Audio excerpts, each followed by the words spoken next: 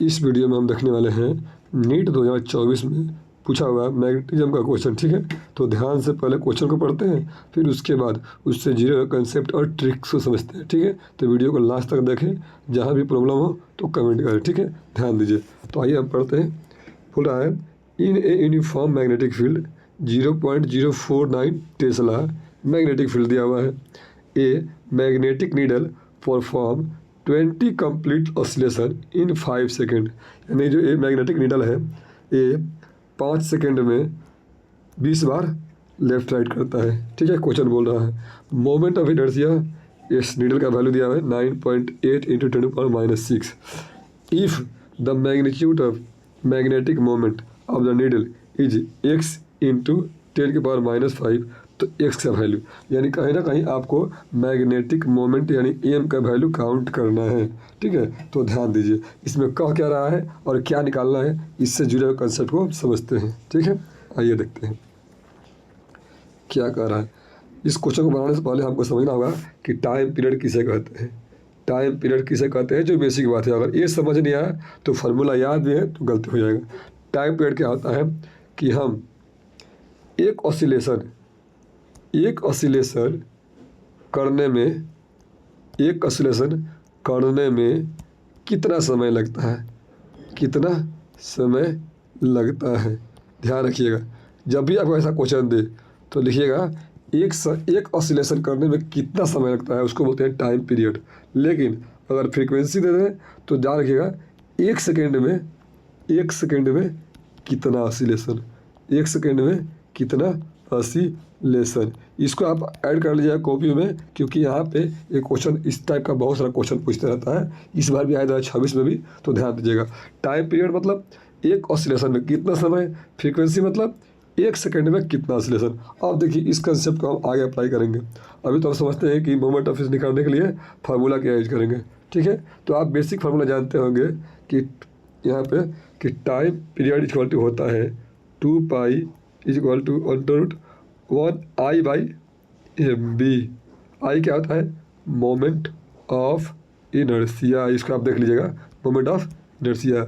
M क्या होता है, मैग्नेटिक मोमेंट, और बी क्या होता है, मैग्नेटिक फील्ड। तो आपको आई क्या होता है, टाइम पीरियड। तो आपको ये फार्मूला याद होगा।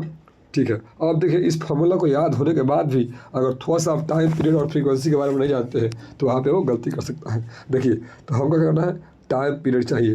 तो यहाँ लिखा है कि 20 कंप्लीट ऑसिलेशन इन 5 सेकेंड, यानी 20 ऑसिलेशन कितना में, 5 सेकेंड में। हम क्या बोले कि टाइम पीरियड होता है एक ऑसिलेशन का कितना समय, तो एक ऑसिलेशन में कितना लगेगा, 5/20 सेकेंड, यानी कितना हो गया 5 यानी 1/4 सेकेंड।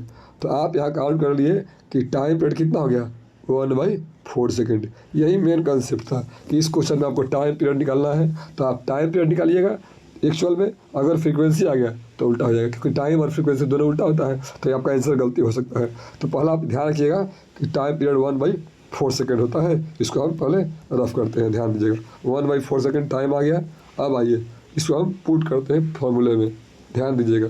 क्वेश्चन बहुत ईजी है बट थोड़ा ट्रिकी है कि आपको टाइम पीरियड और फ्रीक्वेंसी का जो एग्जैक्ट वैल्यू या एग्जैक्ट डिफरेंस आता है कि नहीं। तो देखिए टाइम पीरियड को हम क्या लिख दिए हैं, यहाँ पे हम 1/4 आया था जो कैलकुलेट किए थे, और 2π और आई का वैल्यू कितना दिया गया है, 9.8 इंटू 10⁻⁶, 9.8 इंटू 10⁻⁶, बटा एम तो पूछता ही है, और बी का वैल्यू दिया है कितना, बी का वैल्यू दिया 0.049। अब इसको सॉल्व कीजिए, देखिए कितना होगा।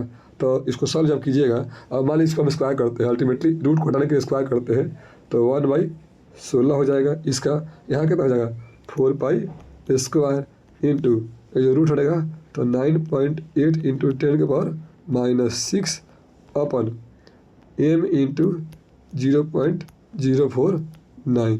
तो क्या कीजिएगा, m को आप लीजिएगा इधर, तो m = हो जाएगा, इसको ऊपर ले जाएगा तो 16 × 4 π² इंटू 9.8 इंटू 10⁻⁶ अपन 449 कर देंगे, और यहाँ पे इसको ऊपर क्या कर देंगे, 3 डबल जीरो लगा देंगे, यानी यहाँ कर सकते हैं 10⁻³ तो देखिए क्या हो गया। और यहाँ पे अगर पॉइंट हटाइएगा तो नीचे 10 दीजिएगा तो देखिए 49 दूने 98, कोई दिक्कत।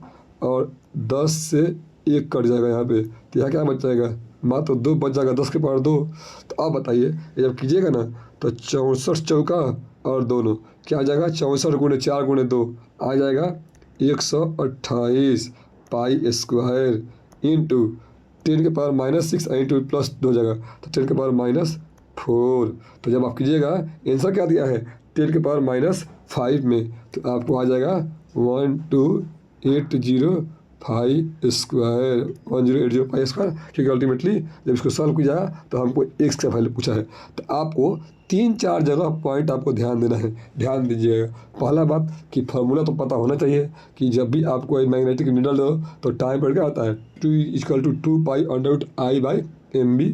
आई बताता है मोमेंट ऑफ इनर्शिया, एम होता है मैग्नेटिक मोमेंट और बी होता है मैग्नेटिक फील्ड। तो टाइम पीरियड क्या होता है, तो कितना एक ऑसिलेशन में कितना समय लगा, फ्रीक्वेंसी क्या होता है तो 1 सेकंड में कितना लगा, दोनों याद रखिएगा। फिर उसके बाद से लास्ट आपको ध्यान देना है, यहाँ पर 10⁻⁵ दिया है ना कि 10⁻�6, तो इसमें भी कैलकुलेट कीजिएगा, ठीक है। तो इस पूरे क्वेश्चन को बहुत ही ट्रिकी है और अच्छा भी है, तो आप इसको अच्छे से बनाइए और कमेंट वगैरह कीजिए कि अच्छा है या डाउट होता है तो कमेंट कीजिए, ठीक है। और वीडियो अच्छा लगा थोड़ा सा भी तो आप वीडियो को लाइक कर दीजिए, सब्सक्राइब कर लीजिए, ताकि हम नेक्स्ट ऐसा ही वीडियो अपलोड करते रहते हैं तो आप उसको हेल्प हो सके, ठीक है। तो मिलते हैं नेक्स्ट वीडियो में, तब तक के लिए धन्यवाद।